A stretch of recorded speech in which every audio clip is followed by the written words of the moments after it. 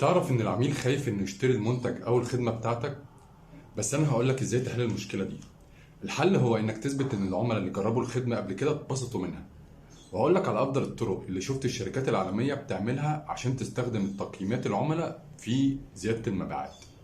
رقم واحد، تقييمات ممكن تخلي العميل يثق فيك من اللحظة الأولى لما بيدخل يلاقيها في صفحة الويب سايت الرئيسية.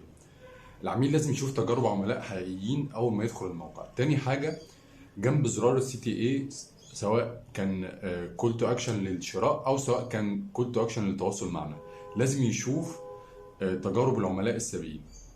تالت حاجه هي صفحه التشيك اوت عشان تطمن العميل. دي اللحظه اللي العميل بيبقى فيها قلقان من انه هيدفع فلوس بحقه حقيقي. لازم تحسسه ان ناس كتير قامت بالخطوه دي قبله وان الموضوع امان. كمان في ملحوظه مهمه، النصوص والتكست دورهم كويس، لكن الريفيوهات والتقييمات على شكل فيديو وصور بتبقى قويه جدا في الاقناع. اطلب من عملائك انهم يصوروا نفسهم وهم بيتكلموا عن جودة الخدمة بتاعتك، واستخدم لغة الارقام بتدي حجم ومصداقية فعلا. التقييمات بتنهي شك العميل في جودة الخدمة او المنتج اللي انت بتقدمها. لو استخدمتها صح هتعرف تزود مبيعاتك.